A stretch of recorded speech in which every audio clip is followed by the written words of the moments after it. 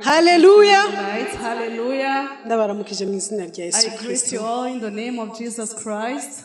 Murabeza murabereye. You're so beautiful. Nukuri twari tukumbuye abakozi b'Imana Jocelyn. We missed our servants of God like Jocelyn. Twari dukumbuye Arma. We missed Arma. Twari tubakumbuye cyane. We missed you all.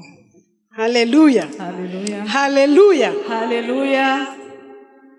Numva sinzi ngene niyumva. I don't know how I feel. Amen. Amen. Ndashima Imana kuri uno munsi udasanzwe. So I thank God for this special day Yanyemereyeho that He has allowed me kugaburira ishengero ryayo. to feed His church. Yanyizeye. He had trust in me, Nanje ndacishijwe bugufi and I'm imbere yawe very humbled before you n'imbere y'Imana. and before God. Hallelujah. Hallelujah. Kandi nizera neza ko muhezagira. And I believe that you will be blessed. Sindigera menyera ijambo ry'Imana. I cannot get too familiar with the Word of God. Imyaka maze mu gakiza. For so many years that I've been saved, Sinigera menyera. I don't get used to it. Negera ntinya. I always come very fearful. Amen. Amen. Kuko tuzabibazwa. Because we all report to God. Hallelujah. Amen. Hallelujah. Kuko ijambo ry'Imana rivuga ngo Because the Word of God says, ngo uko umuntu yamenye vyinshi as we get to know so much, niko abazwa vyinshi. that's how much we're going to be reporting about. Amen. Amen. Ariko iyo umenye duke But if you don't know so much, ubazwa duke. then you won't need to Nico gituma report about twegera it. dutinya. This is why we have to be always Kuko si fearful, bisanzwe. because it's not like a regular thing. Amina. Amen. Ya. Bene data. Brethren, Hano hantu hari Imana. there is God here. Amen. Amen. Kino kibanza kiri mu Imana. We have God in this place. Kino kibanza kiri mu Imana. We have God in this Iyo place. dusenga turumva Imana. When we pray, we Naho can twaba feel turi mu God. vyumba byacu Even tugasenga. when we pray from our bed, Turumva ko turi mu kibanza we cy'Imana. feel like we are in the Turi mu presence kibanza of God. cyiza. We are in a very holy Hallelujah. place. Amen. Nico gituma iyo ugeze muri iki This kibanza. is why anytime you get here, Ndagusengera ngo amatwi yawe y'umwuka yuguruke. I pray that your spiritual ears can be open, Umutima wawe wuguruke. so that your heart can be Kuko open. umuntu wese ahagaze hano hantu Because anyone standing aba here, agufitiye message. they do have a message for you. Kandi message izakugeza ku And rugendo. that is the message that will help you in your journey. Amina. Amen. Amina. Jewe y'umukozi w'Imana wari we wese ahagaze hano For hantu. me, if any servant is standing here, Kuko mba navuye mu rugo. because before I leave home, Iminsi yose mva mu rugo. like every day I will leave Vuga ni home Mana uvugane nanjye. saying, God, speak to me. Uvugane nanjye. Speak to me. Imana ntizavugana nawe God won't speak to you mu bundi buryo in any other way. waje mu rusengero. If you came to church, Ivugana nawe icyo bakozi bayo. He's going to speak to you through His servants. Amina. Amen. Amina. Amen. Ntubu muhombe rero uri muri iki kibanza. So don't miss out while you're here. Amen. Amen. Amen. Reka ndabacishirizemo gatoyi So let me say this briefly kugira ndabereke ko hano hantu hari Imana. to show you that there is God here. Amen. Amen. Hari abakozi b'Imana baca hano bansigira utuntu. So there are some servants who pass by here and they leave me with something. Naho maze imyaka myinshi mu rusengero mukabona nkuze. So you see, I've been in the church for so many Ariko years, inzara n'inyota biracandimwe. but I still have the thirst and the hunger for God. Sinshobora guhaga I cannot be fed up gushika ngezeyo. until I get to heaven. Amen. Amen. Gushika ngezeyo. Until I reach heaven, Nzaguma ndya I mfungura. will keep eating. Hallelujah. Amen. Ndibuka umukozi w'Imana. So I remember this servant of God. Tuze turavuga abakozi b'Imana badukorera. So we need to be talking about the servants of God who bless us. Kuko no mu ijambo ry'Imana havugwa abakozi b'Imana bakoze muri kiriya gihe cyabo. Because even in the Bible, we find the servants of God who worked during their times. Amina. Amen. Umukozi w'Imana Janvier, reka ndamuvugeho. Pastor Janvier, he's the servant of God. Amen. Amen. Umunsi ahagarara ubwa mbere The first day he stood here, yarigishije he was teaching or preaching. yansigiye ijambo rifasha ubuzima There bwawe. was a word that he left with me that really helped my life. Amen. Amen. Ngo nugwiza imbaraga z'umwuka. He said, you need to multiply the strength of the Holy Spirit. wiza imbaraga z'umwuka You need to multiply the strength of the Holy kugira Spirit ngo ushobore guhangana n'iminsi iri imbere. so that you can really face the hardest times ahead of you. iminsi iri imbere iteye ubwoba There are scary days ahead of you. ngo utegerezwa kugwiza imbaraga z'umwuka. So for you to overcome, you have to multiply the strength of the Holy Spirit. Amen. Wewe sinzi ibyawe ibyo wakira sindabizi. So I don't know how Mugabo much ndiko ndakwereka yuko abakozi b'Imana baca.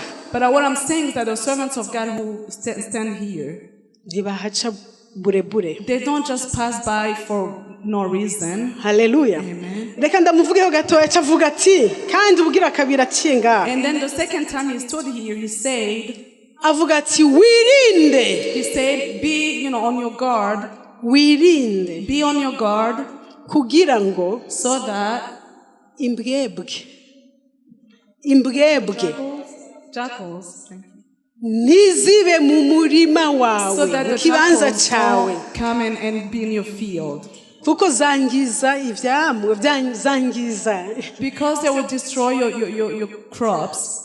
zangiza imirima. They will destroy your crops. Wirinde imbwebwe. So you need to really stay away from the shackles. Wirinde imbwebwe Be away kugira ngo ntizangize ibyawe. so that they don't come and destroy your things. Uyo n'umukozi w'Imana Jean. That was the pastor Janvier. Hallelujah. Amen. Hallelujah. Amen. Umukozi w'Imana Abraham hano nawe. Then the servant of God Abraham came. Amen. Amen. Aratwigisha. And then he taught us. He Aratwigisha. was teaching us. Avuga ati twirinde kuba abasifuzi. He said we need to be careful to not be observers. Amen. Je ndavuga ibyamfashije. Riffles. Hari abakinnyi mu kibuga Or like in the field. hakaba n'abasifuzi. But there will be also riffles. Abakinnyi Or referees. ngo abakinnyi Yeah. bene data Imana igituganiriza abakinnyi mu kibuga So like the players, barwanira gutsinda. they all want to win. Barwanira gutsinda. They all want to win. Barwanira intsinzi. But they want victory. Ariko But abasifuzi the referees, bobo baraba amakosa. they look at the faults or the mistakes they make. N'umuntu yama yinjiza amagori So if anyone is making goals, ari gitangaza and it's an amazing thing, ariko iyo agize but ikosa if they make a mistake mu kibuga in the field, ntibibuka y'amagori they yinjiza. won't count the goals that he already made. No. Ntibibuka n'ibikombe They won't abahesha. even remember how many trophies they Oh got. yeah. No. Ntibatinya kumuha carte rouge So they will give him like a red card kubera ari abasifuzi. because they are referees. Nitwe abasifuzi. So we should not be referees. Tuba abakinnyi mu We need kibuga. to be the players in the field. Turwanire ubwami We bw'Imana. need to fight for the heaven. Turwanire We gutsinda. need to you get the victory. Ntitukaba We abasifuzi. should not be just the referees. Amen. Amen. Hallelujah. Amen. Hallelujah. Amen. Abakozi b'Imana baca baratugaburira. So the servants of God that pass by here, they really feed us. Amen. Amen. Abakozi b'Imana baca baratugaburira. So the servants of God that we get a blessing to have here. Mwene data umukozi w'Imana nawe araca hano. And then the servant of God, Tassian, came here. Tasye. Tassian came. Amen. Amen. Ngo ishengero rya Kristo ko ryari rimeze. And he talked about how the church of Byakozwe God used n'intumwa. to be. Ishengero ritanguye gukura. From the Acts of the Apostles, how Hari the church ibyarigenga. grew up. There were some Hari ibyatumye rikura. There are things that made the church grow up. Ngo basangira ibyabo. So they will be sharing all their Bakorera mu belongings. bumwe. They will be working in unity. Bari bafite urukundo. They will be filled with joy. Bari buzuye umwuka wera. they had the Holy Spirit. Amen. Amen. Hallelujah. Amen. Hallelujah. Reka ngende vuba vuba. Umukozi w'Imana arime ejo bundi. And then last time, the servant of God, Ibyo narimwe byose nariko ndakurikira. so I was following you. Hallelujah. Amen. Hallelujah. Umukozi w'Imana arine. And then the servant of God, Hari ijambo yavuze rirandyohera. and there was a word that she shared that really touched me.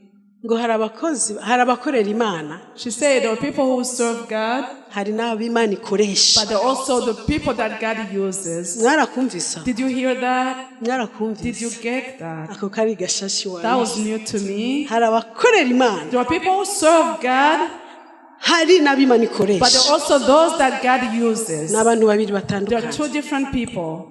Gukoreshwa n'Imana ukora iby'ubuhizi. So when you are being used by God, you do exploits. Amen. Amen. twifuze gukoreshwa n'Imana. Let us want to be used by God. Bashaka gukorera Imana kubera ikivunga, kubera kunezererwa no gukora. You may serve God because of the mass. Kubera kunguka inshuti n'abagenzi. So you can be with many friends. Ukajya mu murimo. And you'll be in the work of God. Ukajya gukizwa. And you'll be saved. Kugira ngo ronke abantu. You will be saved just to get more people. Kugira ngo ugire ubukwe. So you can get a wedding. Kugira ngo ronke imfashanyo kanaka. So you can get any type of support. Ukaza mu murimo w'Imana. Then you come and join the work of God. Ariko utakoreshejwe n'Imana. Without being used by God. Abo ni babandi bazabwirwa ati sinigeze mbamenya. Those are the people that God is gonna say to, like, I never knew you. Erega bazabwirwa ngo sinigeze mbamenya bazaba binjiye mu ijuru. So the people that God is gonna tell that they kuko ijambo ry'Imana riravuga ngo ibitabo by'ibikorwa bizuguruka. They will be also in heaven because there will be books of the works that people. Ngo hanyuma umuntu wese ahembwa ivyo yakoze. And everybody is gonna be compensated for the work that they have done. Hallelujah. Umuntu wese ngo azohembwa ku vyo yakoze. Anyone will be blessed or compensated based on the works they have done. Igitabo kizokwandikwa amazina y'abakozi. So the book is gonna be filled with the names of the hazoba igice abavuga butumwa, abaririmbyi, abapastori, abantu bose mu bikorwa byabo. Like anyone based on the work they have done. Amen. Amen. Ngo igitabo kizafungurwa. So the book is going to be open now. Ngo maze bazosoma amazina. Then they'll be reading the names. Bazohamagara izina ku muntu. They'll be naming each person. Wewe wakoze neza. You have done well. Akire igitsibo cyawe. This is your crown. Amen. Amen. Uzokwambikwa igitsibo. And they will put a crown on your kubikorwa wakoze. Based on the works we have done. Bigimana yagutumye gukora. Like the work that God sent you to maze urabikora. And then you have done those works. Hallelujah. Hallelujah. Hallelujah. Hallelujah. Bigimana yagutumye gukora. The things that God sent you to do. Maze urabikora. And then you have done them. Hari igihe Imana igutuma igikorwa. Sometimes God will send you to do ugaca usanga ico gikorwa kiri boring. And then you feel like that work is very boring. Kiragoye. It is very difficult. Kirarishe. Or it is not so sweet. Nshaka gukora hariya. Me, I would rather work in these other places. Amen. Amen. Amen. Amen. Ico gikorwa kuri kumana ntigiharurwa. So in front of God, that work will be void. Uzokora. You work. Kandi birashaka kugenda neza. And maybe it will go well. Bikagenda neza. It will go well. Ariko. But. Wiyumvire neza. Think twice. Ico gikorwa. That particular work. Nico Imana yagusavye gukora. Is it the work that God sent you to do? Cyangwa ugikora kubera ugikunze? Or is it because you just like doing it? Cyangwa ugikora kubera abagenzi? Or you're doing it for friends? Bene data dukorera ivyo tuzohemberwa. Brethren, let's be doing things that we're going to be compensated. Amen. Kuko udukoresha boss wacu. Because our master, ni waduhemba. He is the one who rewards us. Ni waduhemba. He is the one who rewards us. Hallelujah. Hallelujah. Hallelujah. Hallelujah. Ushakina umukozi w'Imana Vanessa yavuze ngo nawe yagutuma koza toilette bikore. God Vanessa said even if he sends you to niho hari umugisha wawe. Iyo uhagaze mu gikorwa cyawe uhagaze mu mugisha wawe. He sent you to do when you Hallelujah. Kandi iyo uhagaze mu gikorwa cyawe ntusigana. When you stand in your work you don't just look at what other people do. Ugikora unezerewe. Ugikoresha imbaraga. Ukikora uririmba. Uguwe neza. Do it while worshiping. Utaraba ngo mbe naka kwadakora. Say why that other person is not doing it. Wewe kora ivyiwawe. Bosi wawe arakubona. Azoguhemba. Your boss is going to reward you. Hallelujah. Hallelujah. Dukorera Imana tuzohembwa. Let us work. Birababaje kuja abandi bariko barakira amasheki ugatonda. Others will be getting checks and you are there. Ivyo bakoze mwarakoze mwese. They will come with the work they have done. Bakakubwira ati wowe witwa nde? And they say what is your name? Mbe ngaha kutarimwo. I don't see you on my page. Say I have been working. Kandi kumbure wakoze cyane. It may be true that you worked even so hard. No, ntabwo uri mu gitabo cy'abakozi. I don't see you in my payroll. Amen. Amen. Amen. Amen. Abazobwirwa uko nabinjiye. So those who are going to be taught like that, they're going to be also in kuko heaven. abatazokwinjira nta mwanya Yesu azogira kuganira. So those who won't enter, Jesus won't even have time to talk to them. Haleluya. Ndiko ndankuraje abakozi b'Imana iyo bahagaze hano bamenye yuko ariko barakoreshwa n'Imana. Turakira. The servants of God, so they know that every time they hear, we are receiving. Nimugire ngo mutahasi. So don't think you are wasting the word of God. Amen. Imbuto zigwa heza. So the seeds are being received. Nukite yuko nibazigwa mu mahwa mu mabuye hehe byamyeho. Don't mind if the seeds go in the thorns. Ariko harabakira. But there are people who receive abo it. Ni benshi cyane abakozi uko baciye baratugaburira. So anyone passing by here, nta muntu azoba muri urusengero atazobura gukura nabishaka. So there is no one who goes to church who won't grow if they want to grow. This church. Hallelujah. Amen. This church. Muri CLC. Here at CLC. Amen. Amen. Kwa maana hii ni kanisa la mitume na manabii. Ni shengero ry'intumwa. Oh, this is a church of the disciples. Hallelujah.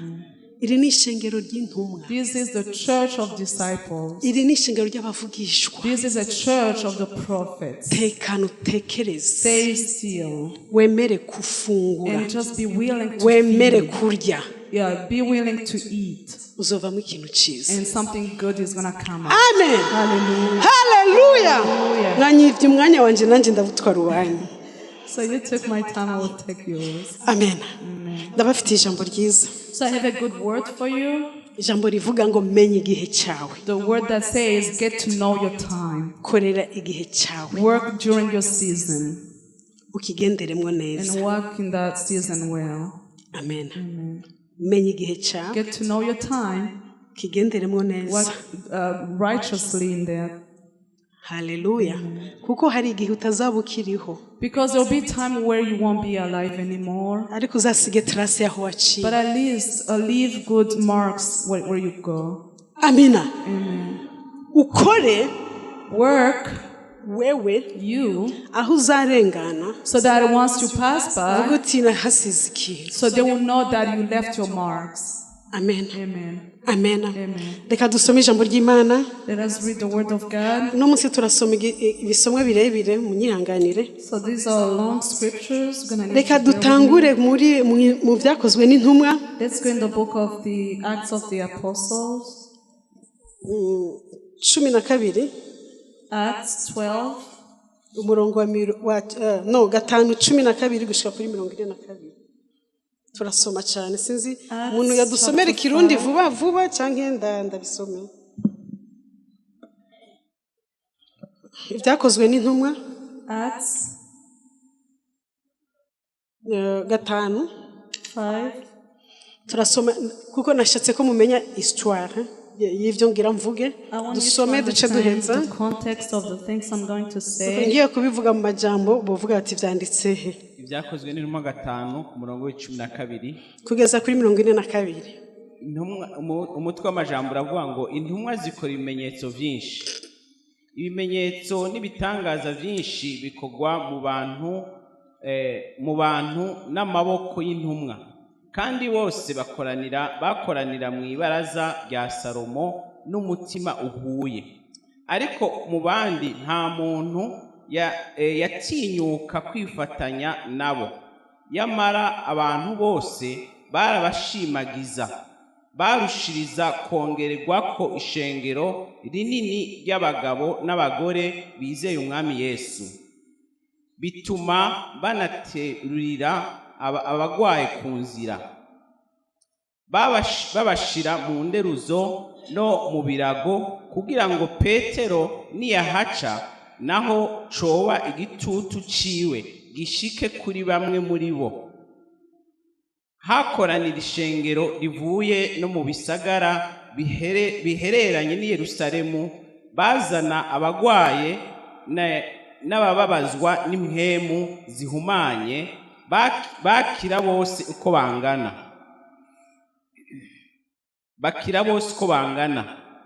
17. Maze umuherezi mukuru ahagurukana n'abari kumwe nawe bose, nibo mugwi witwa uwo abasadukayo,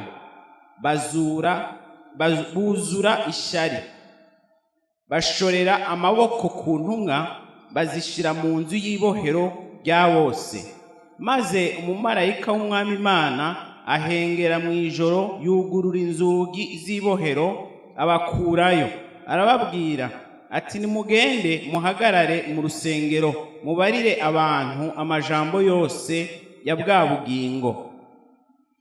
Bavyumvise binjira mu rusengero hari nko ku mutwenzi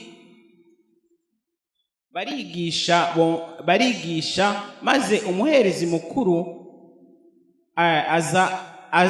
azanana n'abari kumwe nawe bahamagaza abacamanza n'abakuru bose b'Abisirayeli maze batuma mu nzu y'abanyororo kuzana za ntumwa. Abagendanyi bagiye ntibazisanga mu ibohero, baragaruka barababwira bati dusanze inzu y'ibohero yugaye atankomanzi n'abarinzi bahagaze imbere y'inzugi, maze twuguruye ntitwasangamwo umuntu n'umwe. Bumvise ayo majambo umukuru w'abacungera irembo ry'urusengero n'abaherezi bakuru bazazanirwa n'ivyabo n'inkurikizi yavyo. Haza umuntu arababarira ati erega ba bagabo mwashira mu ibohero bari mu rusengero bahagaze bigisha abantu. Maze uwo mukuru w'abacungera irembo ajana n'abagendanyi babazana ku neza kuko batinya abantu ngo ntibabatere amabuye.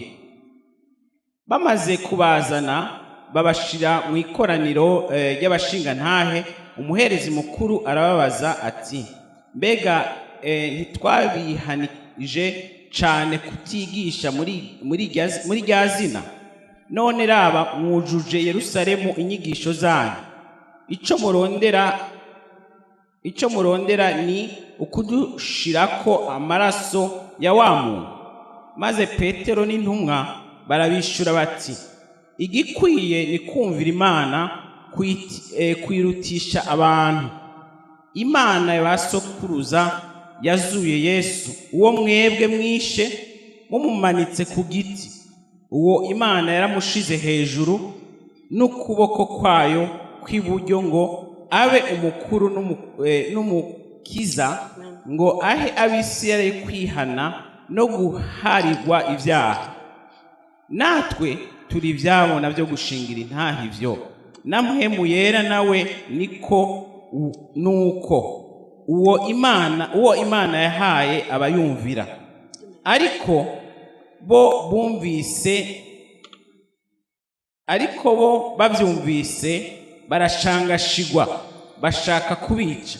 Maze hahaguruka umwe mu ikoraniro ry'abashingantahe w'umufarisayo yitwa Gamariyeli, umwigisha w'ivyagezwe, yubahwa n'abantu bose. Avuga ko bataramura abo bantu akanya gato. Maze arababarira ati yemwe bagabo b'Abisirayeli, nimwirinde mumenye uko mugirira aba bantu, kuko mu minsi iheze Teyuda yadutse yiyita agakomeye. Igitigiri c'abantu gishika nk'amajana 4 baramukurikira, maze aricwa. Abamwumvira bose barasabagira bacika ubusa.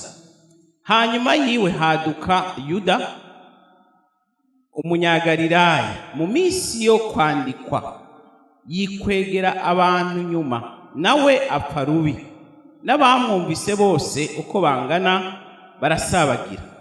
Kandi none ndababwire, nimuzibukire aba bantu mubarekure, kuko iyi nama yabo n'iki gikorwa cabo nivyaba biturutse mu bantu bizosenda. Ariko nivyaba biturutse ku Mana ntimuzoshobora kubatsinda. Ntimuzosange muriko mugwanya Imana. Amen. Amen. Hallelujah. Nashimye ko dusoma birebera kugira mwumve histoire. So I trust that we go through the whole reading so we can understand the history. Amen. Amen. Mu Bisirayeli So in Israel, abayuda bari bafise synagogue ishengero the ryabo. Jews had their own synagogue. Amen. Amen. Bari barihagazemwo neza. So they were standing firmly in it. Hari abafarisayo, There were Pharisees, hari there abasadukayo, were Sadducees. hari bari barabipanze neza. Everything was put into order. Amen. Amen. Amen. Hanyuma umuntu wese yaza yigisha inyigisho zitandukanye, And anyone who will come and preach like the opposite gospel, baramurwanya. they will be fighting against Cari that kizira. person. It was abomination. Haleluya. Haleluya. Muribuka Paulo. So you remember about Paul? Paulo yari yarize. So Paul was a very educated man. Nukuri yarahagaze mu kwizera kwiwe. So he was standing in his own faith. Yarigishijwe neza. So he was very educated. Amen. Amen. Ivyagezwe yarabizi. He knew Yarazi inzira ikwiye gucibwamwe n'idakwiye. the script, he knew. Yahagaze avuga ati nzorwanira iri jambo, nzorwanira ku kwizera. So he knew and he decided to stand firm in the word and his faith. Amen. Amen. Ari ukwica nzokwica. If that means I will have to kill, I Yari will do that. yaramaramaje. He was very bold. Haleluya. Haleluya. Nguwo umwami Yesu araje. Then the King Jesus Christ came. Aza ari umwana w'Imana, aza ari Imana He nzima. came as God Azana impinduka. and he brought the change. Haleluya. Hallelujah. Azana impinduka. He brought the change. Mbega kubera iki Imana izana impinduka mu So kintu? why would God bring a change into anything? Kenshi Imana ntiyisambura. So usually God won't divide himself. Imana He ntiyisambura. won't destroy himself. Imana iriyubaka. So he builds himself up. Haleluya. Amen. Imana ntiyisambura. God won't destroy himself. Imana ntisambura igikorwa cyayo. God won't destroy his work. Amen. Amen. Imana iriyubaka. He will build himself up. Amen. Amen. Maze Yesu aje Then when Jesus came, agerageza kubiyereka uwo ari we. he tried to reveal himself to them. Kubera iki Yesu yaje? Why did Jesus come? Kuko hari hamaze kuba iyo abayuda bifata neza, Because if the Jews had bakagenda behaved mu well, murongo mwiza w'Imana if yaberetse, they walked in the way that God showed them, bakifata neza mu byagezwe, if they had stood bakubahiriza firmly, amategeko and they y'Imana, will follow all the directives of twengera God, uno munsi tuba tutakiriho. so maybe we won't be alive anymore. Ntitwari kumenya We iby'agakiza. will not have to get to know about Haleluya. salvation. Haleluya. Kuko bari kuba banejereje umutima w'Imana. Because they will have satisfied the heart of God. Kumbure twari gukizwa Maybe we'll get to mu bundi buryo get kuko saved, Imana ntibura inzira. because God always finds ways. Ariko Imana itanga ihinduka iyo habaye ibintu byononekaye. But God brings the change when there's something not going so well. Iyo ibintu byononekaye Imana itanga ihinduka. Like anytime things will go bad, God will bring the changes. Then. Muribuka ingene Eli. You remember about Eli? Eli Imana yamaze kumwanga. When Eli was like disappointed, Yaraburiwe kenshi. so he was warned so many times. Araburirwa abana bawe bakora ibizira. He was warned. He was being told that Bakora ibizira ahera your hahera. sons like do abominations in the holy of the holies, Kandi ugafatanya nabo. and then you join them into that. Icishe Eli ko ari gufatanya nabo. So Eli was victim of joining himself to his sons. Kuba rero atambuka izino.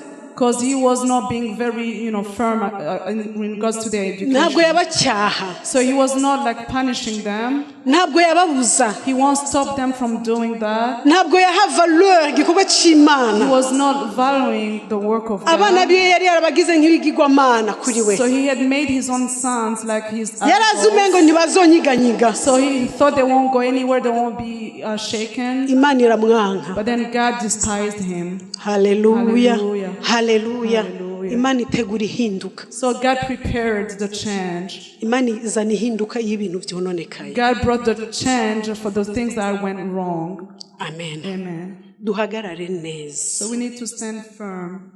Muri CRC duhagarare In neza. CLC, let us stand firm. Mwe muyera ganze. May the Holy Spirit reign. Imana May iganze. God reign. Ijambo ry'Imana May the word riganze. of God reign. nta hinduka ryohaba. Otherwise, there won't be any change. Amen. Amen. Hallelujah. Amen. Hallelujah. Hallelujah. Hanyuma intumwa rero. So these apostles, Yesu amaze kuza azana ihinduka. after Jesus brought the change, Abayuda baracanganikirwa. the Jews were like they were confused. Yesu arategura intumwa. So God prepared the Arigisha apostles. intumwa. He taught the apostles. Abayuda bamujako. Then the Jews went to him. Banga ko abantu babavako. They didn't want the people to go away from them. Igikorwa cy'abafarisayo Then the work of the Pharisees kwari kwegeranya amaturo amashikanwa. was to collect the offerings. Kuraba abantu batangira tuvuge bigira 10. Let's call it tithes. N'abantu bari mu rusengero bafise ico bajejwe. So they had like something in charge of. Ngo bamaze kuraba. So after they Ngo looked, basanga abantu bariko barabavako. they saw that people were going away from them. Ngo abantu bariko barabavako. The people were going away from them. Bacha barwanya Yesu. Then they fought against Jesus. Ntibarwanije ibikorwa bya Yesu akora. They didn't fight against the work Jesus was Kumbure bari doing. kumubwira ati wewe kora. Maybe they could tell him, hey, keep Ariko working, abantu bagumize but ngaha. just keep our people here. Bagume bazana. Yeah, so they can bring money. Ariko umuntu niwe bintu. But you know, the person is the belongings. Hallelujah. Burya umuntu niwe bintu. So the person represents Iyo their ufise umuntu ufise ibintu If vyiwe. you have anyone, you have their belongings. Hallelujah. Abantu bakurikira Yesu. So then people started following Jesus. Bakurikira They Yesu. followed Jesus. Yesu baramwica. And Jesus was killed. Baca bavuga bati ntihazogera n'uvuga ko twamwishe. And then they will say, no one should say that Kuko we killed him, vyodukoraho. because it will bring abomination. Bashiraho abarinzi murabizi histoire. And you know the story how they put guards Bashiraho around him. abarinzi. They put guards Ngo around yavuze him. ko azozuka turabe. So he said he will resurrect. Let's see. if Maze he's gonna intumwa do it. zirasanzara. So the apostles were scattered. They Zirasanzara. got scattered. Zisubira kuroba. So they went back to the fishing Kuko baracanganikiwe. because they were very confused. Ariko Yesu yari yarateragiye amajambo muri bo. But God had planted so many words in Arabaprepara them. arababwira ati nzomererwa He nabi. had prepared them enough. Nzopfa. He told them he was going to Ariko mu minsi suffer itatu and die, nzozuka. but I will resurrect in 3 days. Hallelujah. Hallelujah. Yarabateguye. So he prepared them, Ariko ubwoba but because of fear, butuma basanzara. they were Umwe scared. wese aja mu nzira Everybody ziwe. went their way. Abakora uburovyi basubira Those kuroba. who used to do fishing, they went back to Barasanzara. fishing. They were scattered. Maze abafarisayo But then the Pharisees and n'abasadukayo the Sadducees bavuga ati tunaresira. say, we won. So we Twabacecekesheje. made them, we calmed them down. Amen. Amen. Amen. Amen. Hallelujah. Amen.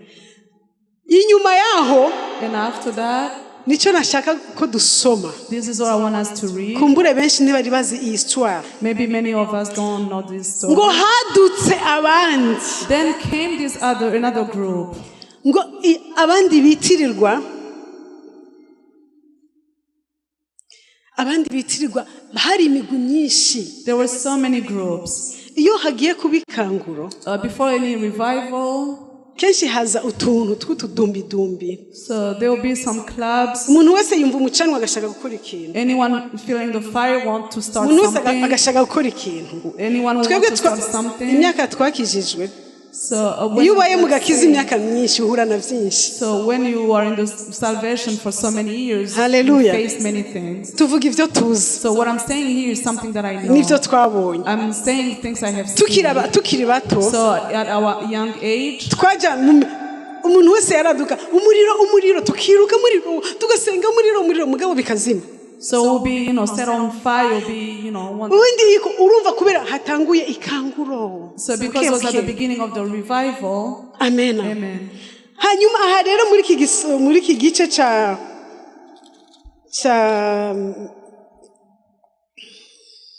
ca gatanu byakozwe n'intumwa. So in the book of the Acts of the Apostle, chapter 5, uyu Gamaliyeli this person, Gamaliel, niwe yavuze abantu babayeho mu gihe cya Yesu. he talked about the people who were alive during Jesus' time. Arababwira ati And he told them, ntimutinye. don't be fearful. Aba baraje yaraje Teruba Teruba came, kandi abantu baramukurikiye and majana ane. around 400 people umuriro followed him. yarasize yaravugije induru abantu baraza baramukurikira bigisha amajana ane. So he was very famous. About 400 people followed him. Ngo ariko tumaze kumwica. But after we killed him, mu gihe yapfuye bo bamwishe niwe sinzi abamwishe. I don't know who killed him. Amaze gupfa. After he was killed, babantu ngo barasanzaye. all those people got scattered. Barazima. And then they went quiet. Haduka uyundi yitwa Yuda. Then came this other person, Judah. Nawe aratangura arigisha. And he started preaching. Abantu baramukurikira. People followed him. Nawe baramwica. And then he got killed as well. Arazima. And then he went quiet. No, bari baziko na Yesu ko bamwishe bazozima. So they thought that like the same way they quiet everybody else, Jesus is going to be also. Sinzi umuntu yigeze kuvuga ngo abantu bigishijwe kwica n'abayuda ngo abayuda bari bazi kwica cyane. Bica abakozi b'Imana, bica abavugishwa, ntawe batinye. So the Jews won't be afraid of killing anyone. Amen. Ngo bagenda babica. So they went and killed. Ngo babica uwo mugukazima. So they will kill the leader and then the group will go away. Ngo bagasubira bakica uyu yadukijemo. And they will kill. Nawe bakamwica akazima. And then they will go. Ngo abantu biwe bagasanzara. And the followers will be scattered. Hallelujah. Amen. Hallelujah. Amen. Maze bishe Yesu. Then they killed Jesus. Bashira kwa barinzi. They even put guards at his tomb. N'uyu nawe azozima. This one is also going to be. Ngo yavuze azozuka. He said he will resurrect. Turabe. Let us watch. Bashira kwa basirikare. They put guards around bashira him. kwa ikibuye. They put a huge bagerageza stone. kuboha. They try to tie him up. Turabaho zoca. Let's see where he's going to escape from. Amen. Ariko buke arazuka. But the day after he resurrected. Amina.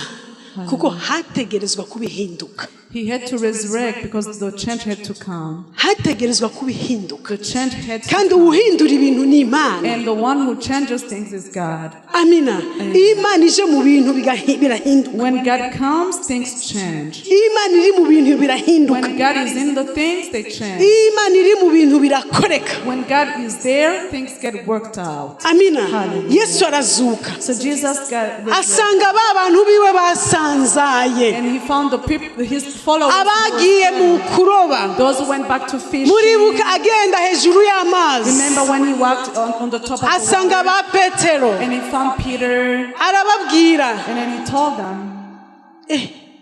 Mwagiye kuroba. You went back to fishing. Amen. Amen. Petero ngo yaramubonye. Peter saw him. Arikanga. And he was like, Numuzimu. Is that like a ghost? Iyo wagiye inyuma ya Kristo. So when you follow naho Jesus, yokugendera ntiyo mumenya. when you are outside of Jesus, when he visits you, you may not recognize him. Hallelujah. Iyo wavuye ukajya inyuma y'umuhamagaro. So when you step out of your calling, amen, ugasubira mu isi, and you backslide in the things of the world, kenshi hari igihe ugenderwa ntubimenye. sometimes you get visited and yet you won't know it. Amen. Ngo Petero aramuraba. And then Peter looked at him. Aca aramubwira ati. And then he told him, uyu ni Yesu si Yesu. is this Jesus or not? Ariko ikintu kimwe yamenye. But one thing he got to know, yarazi imbaraga za Yesu zamukoresha. he knew the power that used. Hallelujah. Yarazi imbaraga zimukoresha. So he knew the power. Aramubwira ati mwami. And he said, Master, niba ari wewe, if this is you, nyemerera nze please let me come to you. Hallelujah. Amen. Yesu aramubwira ni jewe. And Jesus said, yes, this is me. Ingo. Come. Amen. Urazi uko kwizera ngo niba ari Yesu ngendere hejuru y'amazi. So you understand how much faith he had. He knew that if it is Jesus truly, I'll be able to walk. Niba ari wowe Kristo. If this is you, Christ. Niba ari wowe uri kuranyiyereka. If this is you revealing. Niba ari wowe uri kuravuga. Is this you speaking? Nyemerera nze. Call me so I can come to you. Amen.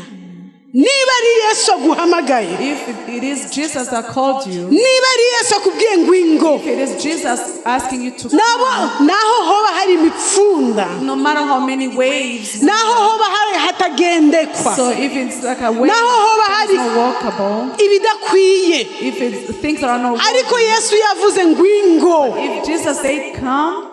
Nawe ukavuga ati ndaje mwami. You say I'm coming, Lord. Uzogendera hejuru y'amazi. You will walk on the water. Kandi bizokunda. And things will work out. Amen. Amen. Petero agendera hejuru y'amazi. Peter was able to walk on the water. Agendera hejuru y'amazi. He was able to walk avuga on the ati water. koko yari Yesu. So truly was Jesus. Yari Yesu. He was Jesus. Ni Yesu. He was Jesus. Kumbure yiyumviriye yo. twataye isezerano raba hadusanze. Yeah, he could have thought, oh, we left. Iyo wibleminze iminsi yose He could uragwa. have blamed himself, and anytime you do Iyo that, wibutse ibyaha byawe n'ububi bwawe kenshi usubira usually when hasi. you remember about your sins, you will Ariko iyo hanze Yesu amaso but when you look up Jesus, ugumukomeye. you stay strong. Amen. Yaciye yavuga ati iyo turi mu kuroba turi hejuru y'ikiyaga. Look, we went back to fishing. Aho yadusize si wadusanze. So we left the place where he twaramwihakanye. we denied him. Arapfa. He was dead. Nukuri twaramenje. So it was shame on us. Akivyiyumvira. As he was thinking about that, Achavuga ati uziko ndi hejuru y'ikiyaga. say, look at me, I'm on the top of the water. Then he sank. Amen. Acharachokera. He sank. Ariko kubera yari kumwe na Yesu. But because he was with Jesus, Achavuga ati Yesu ntabara. said, Jesus, rescue Yesu me. amukurayo. Then Jesus took him out. Amina. Amen.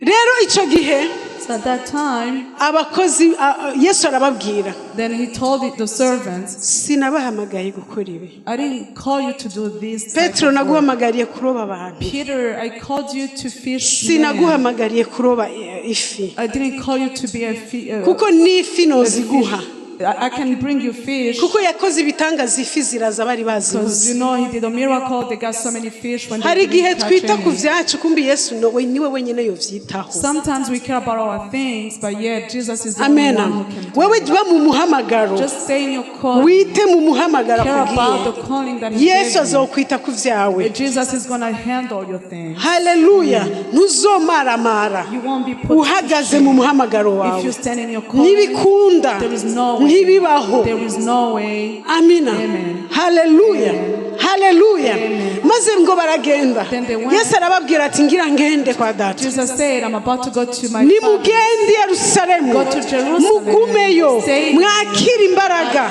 Mwakire muhemu yera. Receive the Holy Spirit. Ngo azobabwira uko He muzobigenza. will tell you the direct Muzokora ibirenze ibyo what to do. nakoze. You will do more than I have done. Barumva baragenda. And they listened and went. Barabanye igihe gikwiriye. So they stayed with him. Ababwira ati enough time. ndabasigiye amasezerano. Muze musangira umukate, musangira igikombe, munyibuka. So be Mwame mubigira. remembering me, sharing the bread. Hallelujah. Murazi ijya minsi yose Yesu yazutse abana n'intumwa. So you know the time when Jesus stayed with the apostles, Amen. the disciples. Muhemu yari amaze kumanuka. So after the Holy Spirit descended, niyo igikorwa cyatangwa. that's when the work started. Amen. Amen. Amen. Muribuka ko batinya. So you know they were very fearful Kuko baricwa. because they were being killed and persecuted. Muribuka yuko Terub You remember Terul? yatanguje umurimo urapfa. Remember he started a ministry and it got destroyed. Arapfa ivyiwe biribagirana. So he was killed and Ngira ivyiwe biherera hanyene kuri iyi paragraph. so we only hear from him here. Muribuka Yuda You know Judah, nawe yarapfuye. he was also killed. Ivyiwe And biribagirana. his things went Ivyiwe missing. biherera ngaho. No one talked about him anymore. Amen. Yesu amaze gupfa. So after Jesus, Nabo bari bazi ko ivya Yesu vyaherenga. they thought that the things of Jesus Kumbi were akari going to inyuma go away. karahinda. But there was so much more to Hallelujah. Akari inyuma There karahinda. was so much to Mwemu yera araje. The Holy Spirit came. Awaje kuri bo. And he came up. Abuzuza imbaraga. fills them Abuzuza up with ububasha. power. Abuzuza ubushizi bw'amanga.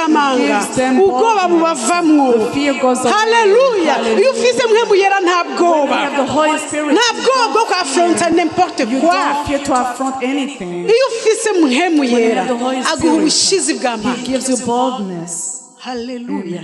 Umwemu yera amaze kubazaho. So after the Holy Spirit came upon them, Baruzuzwa they imbaraga. were filled with power. Bari mu cyumba cyo hejuru. They were in the upper room. Basenga. praying. Bafise ubwoba. They were fearful. They Binyegeje. were hiding.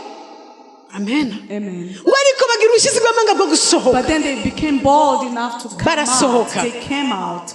Baratangura kuvuga. And then they started speaking. Bigisha Yesu umwe banka ko They avugwa. started preaching about Jesus. Wamengo yibagiranye. So Jesus was about to be Batangura forgotten. gushinga intahe. But then they started. Petero aravuga. Peter said, Intumwa ziravuga. apostles said, Ngo uwo munsi umwe wa mbere. the first day, Niho ishengero ryatanguye. that's when the church started. Hakijijwe abantu 3,000. So 3,000 people Mu got mbaraga saved z'umwuka in the wera. power of the Holy Ghost. Hallelujah. nitutagira umwuka wera, if we don't get the Holy Spirit, nitutagira imbaraga z'umwuka if we wera, don't get the strength of the Holy Spirit, natwe twozima, we will be gone. twozima We nk'abandi. will be quietened. Amen. Twozima, We will be. twumvise abazimye, So we heard the people that really went silent. icyo bari babuze kumbure, So maybe the only thing that they missed, nta mbaraga z'umwuka wera bari maybe they bafise. didn't have the power of the Holy Spirit. Haleluya! Nugira imbaraga z'umwuka wera. If you have the power of the Holy Spirit, Amen. Amen. Umukozi w'Imana ngo nitugwize imbaraga z'umwuka. the servant of God said it so well that we need to Tugwize multiply imbaraga z'umwuka. Dushobore guhangana n'iminsi mibi iri imbere yacu. Iminsi iri imbere yawe ntayuzi mwene data. the evil days. Iminsi iri imbere yawe ntayuzi. You have no idea. Uzi uno munsi uhagazemo. Uzi iminsi yaheze. Ariko imbere yawe ntahuzi. Utegerezwa kuzura imbaraga z'umwuka wera. Imbaraga zo guhangana. Imbaraga zo gutsinda. Imbaraga zo guhanga. Haleluya. Haleluya.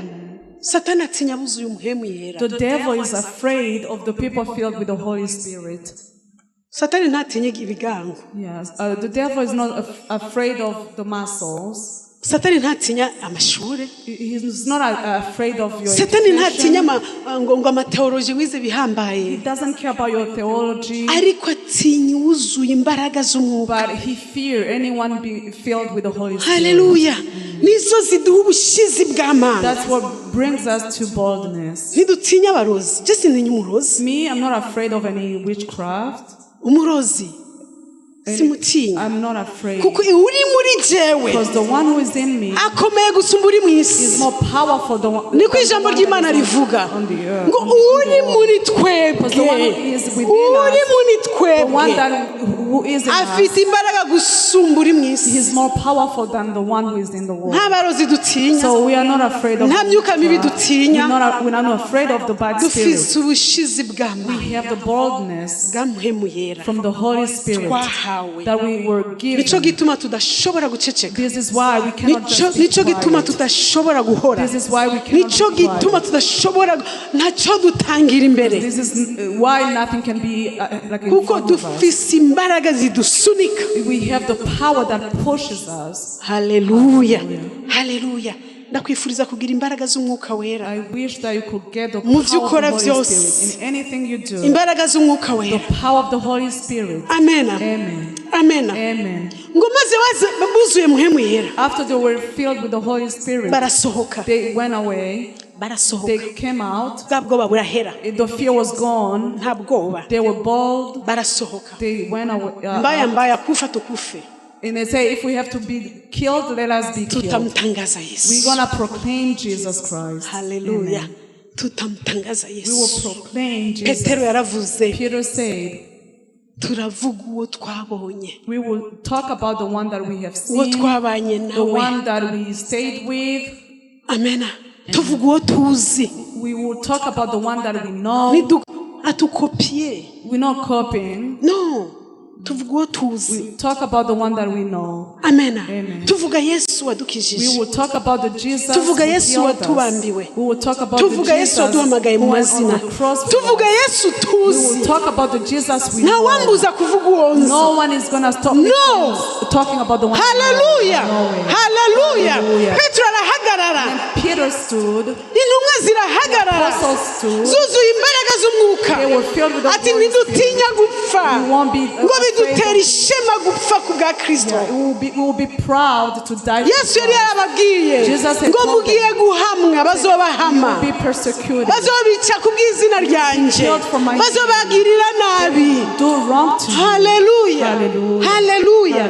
Ariko twebwe twarahiriwe bene But data. we have been so blessed. Hari abatwitangiye imbere So bahagorewe. there are those who really suffered ahead of Nico us. gituma twikwega tugakwega ibirenge. This is why sometimes we're very slow. Twari dukwiye gukora cyane. We should be working even harder. Amen. Amen. Hari abatanze ubuzima bwabo ku Some bwacu. people gave up their lives for us. Amena. Amen.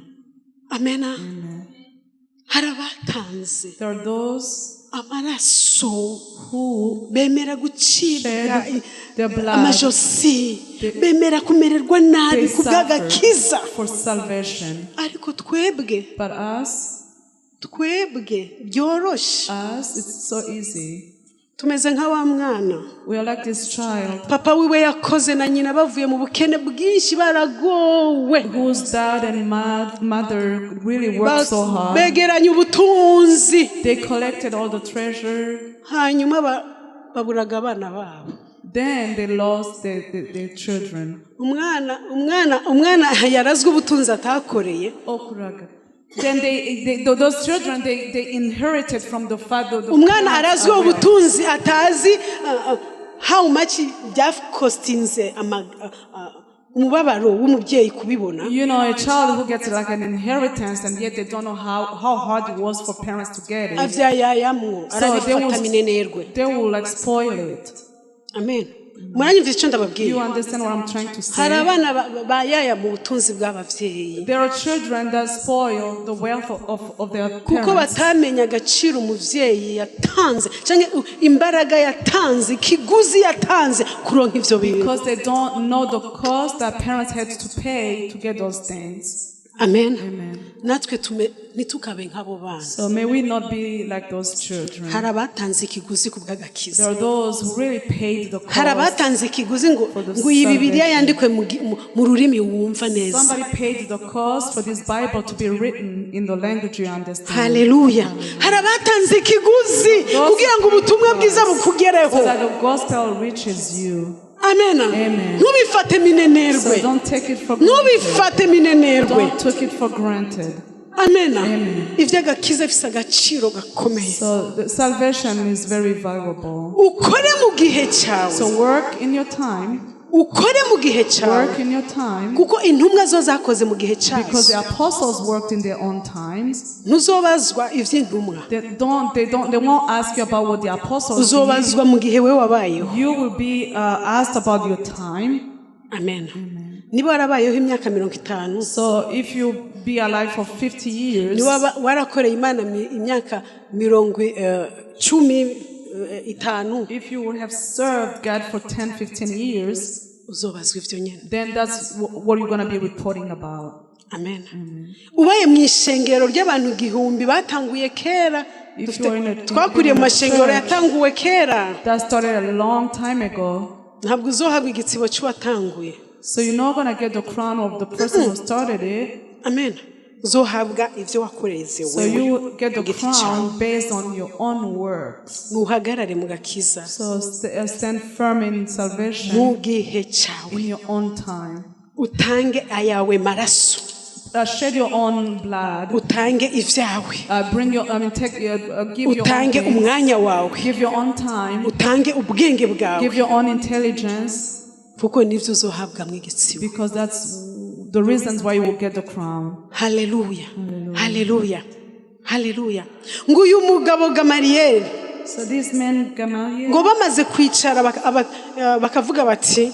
After they sat down and said. izi ntumwa nimuzigirire nabi bene So don't persecute these apostles. mwavyumvise. You heard. babashize mu ibohero. So they put them in jail. bavamwo. They came out. ari marayika bakuyemo. By the angel who took them out. Amen. iyo ukorera Imana haba ikimenyetso. So when you serve God, there is always a sign. Hallelujah. iyo uri mu muhamagaro haba ikimenyetso. When you are after your calling, there is always a sign. Amen. haba ikimenyetso muri wewe. There is a sign in you.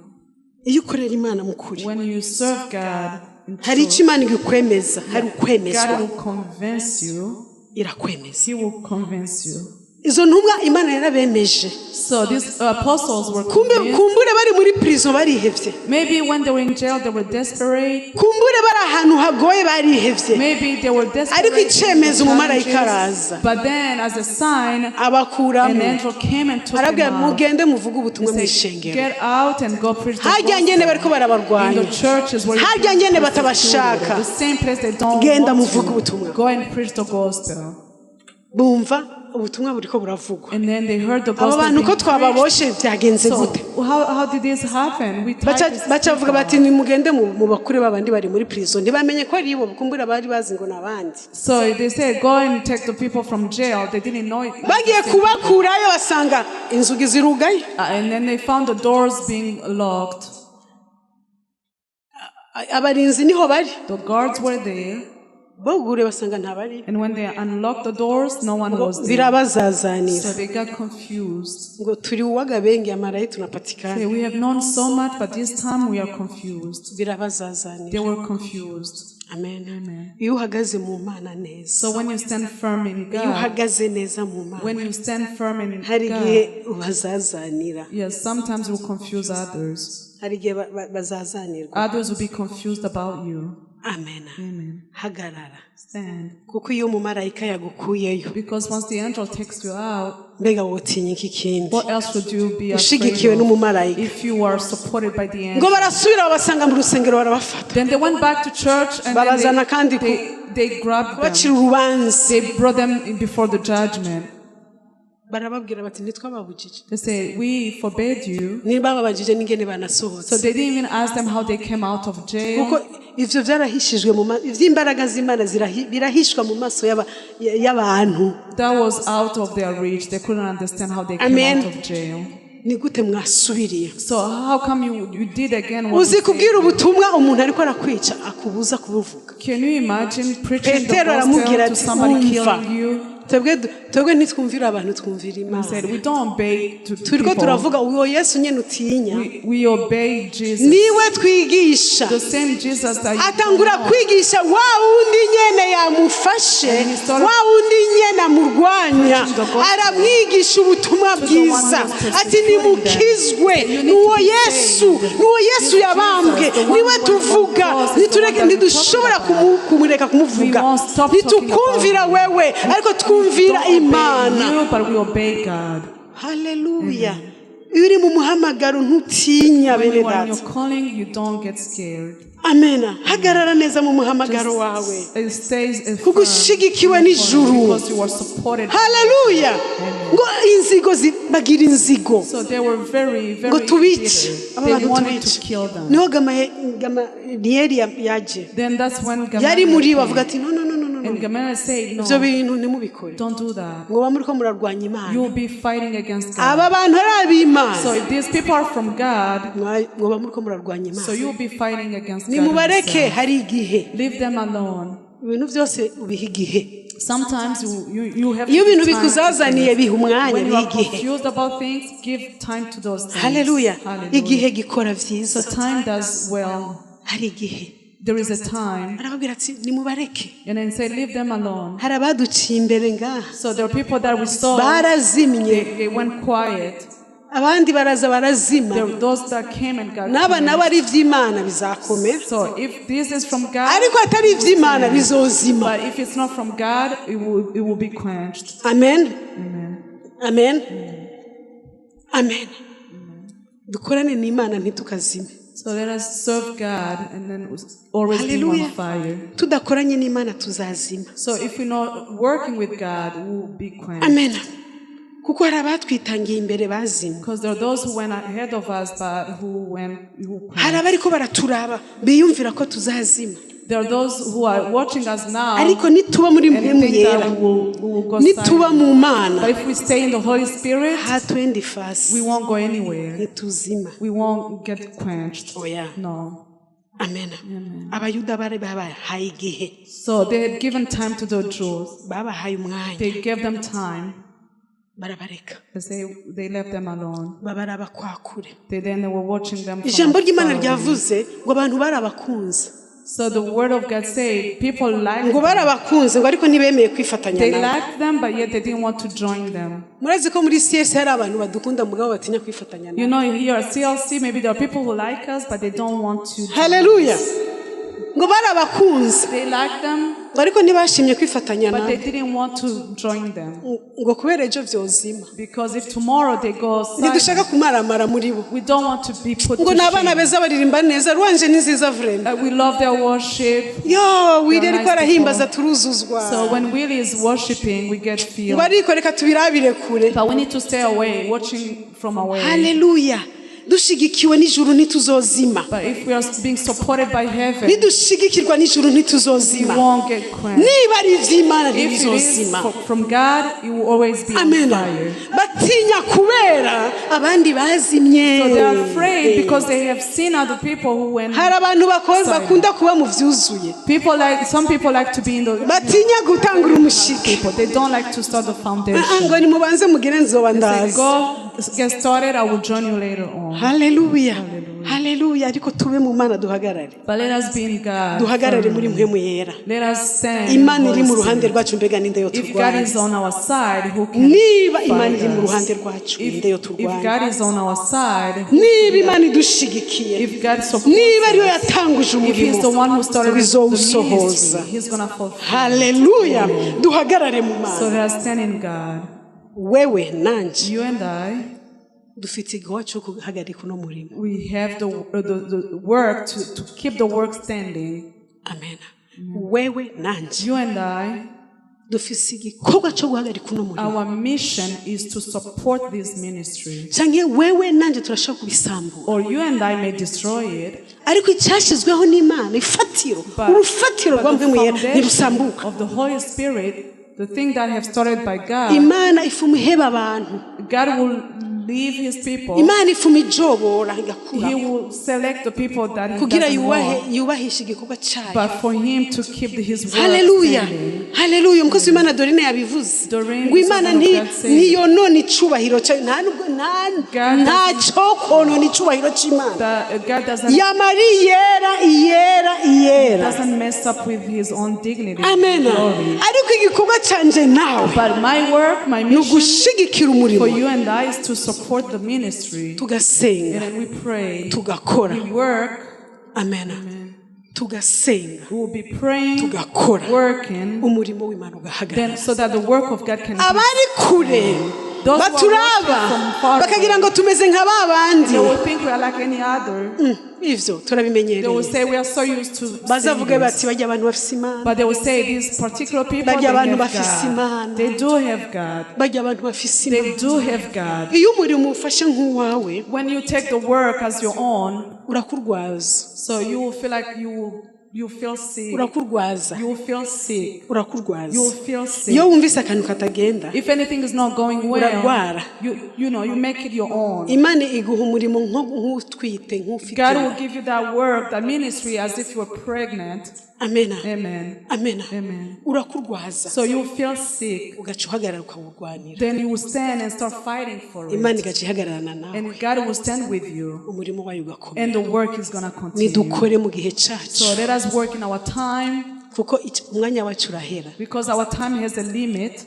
jesi nibaza mfise imyaka 50 irarenze Me, I'm over 50 years old. sinibaza ko naho Imana yanyongera indi 50 So even if God was to give me another 50 years, imbaraga zo gukorera umurimo nibaza ko zarabaye nkeya so maybe the strength to serve won't be as much. ariko mu mbaraga nkifise But now, with the strength I have, ndiko ndakora iki what am I doing?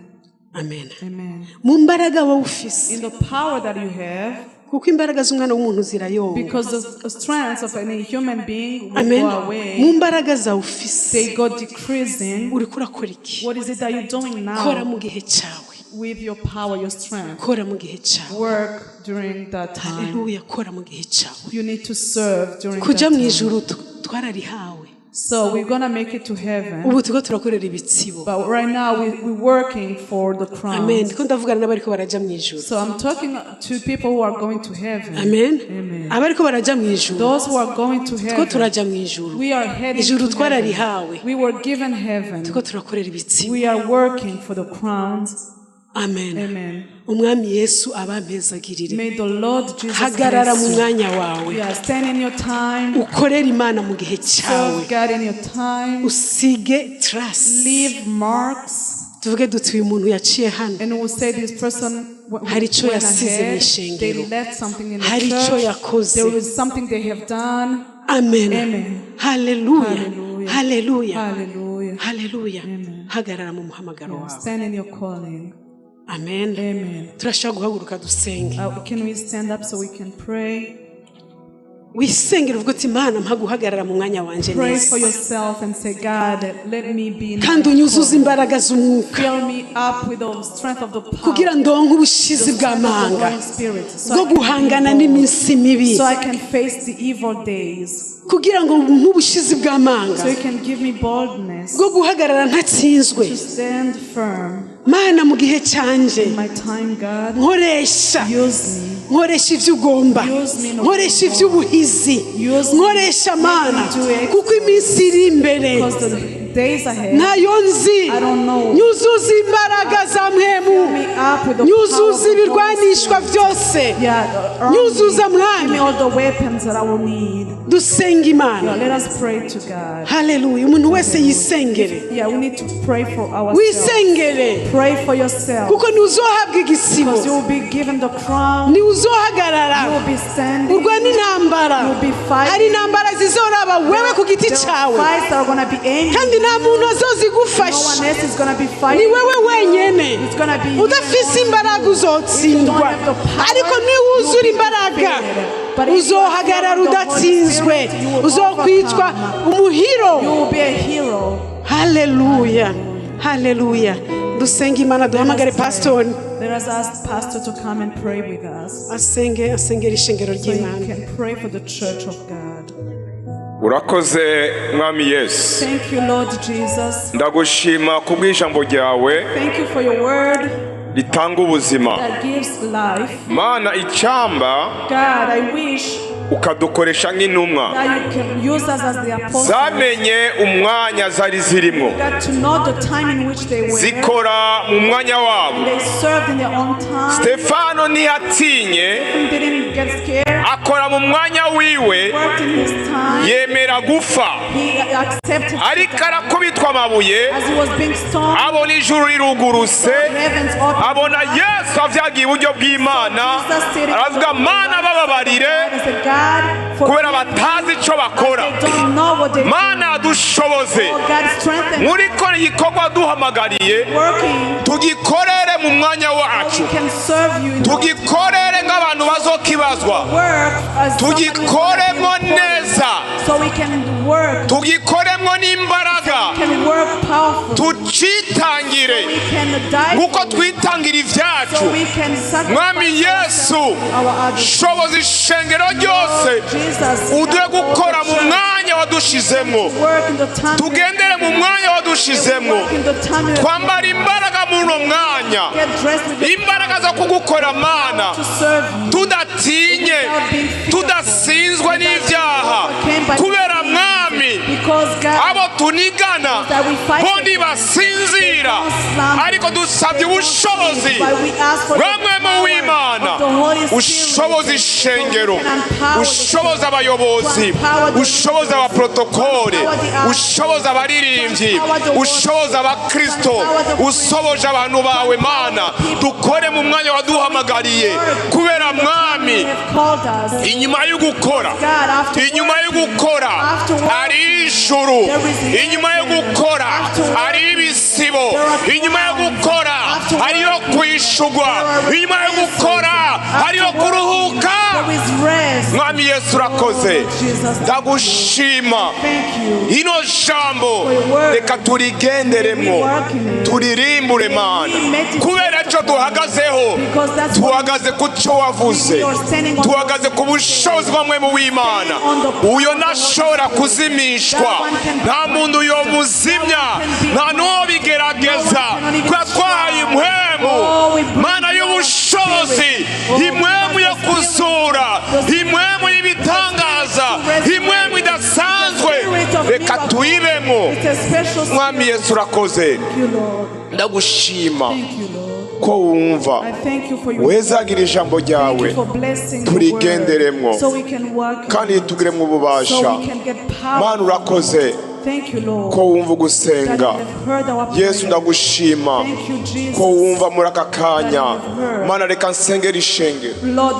Abaje bagwaye, abaje baremerewe, abaje imibiri itameze neza, n'abadashoboye kuza bari mu mago yabo. Mana ndasabye ubushobozi bw'Imana, ubushobozi wa mwemu w'Imana bugende bubakore ko Mana mu izina rya Yesu. Ari abagwaye igihe kirekire nk'umukozi wa Erika agwaye kirekire, ariko icyo nizeye Mana igihe cyawe kirageze, igihe cyawe kirasohoye kugiye kumukiza, kandi mu izina rya Yesu Mana tuzogushima.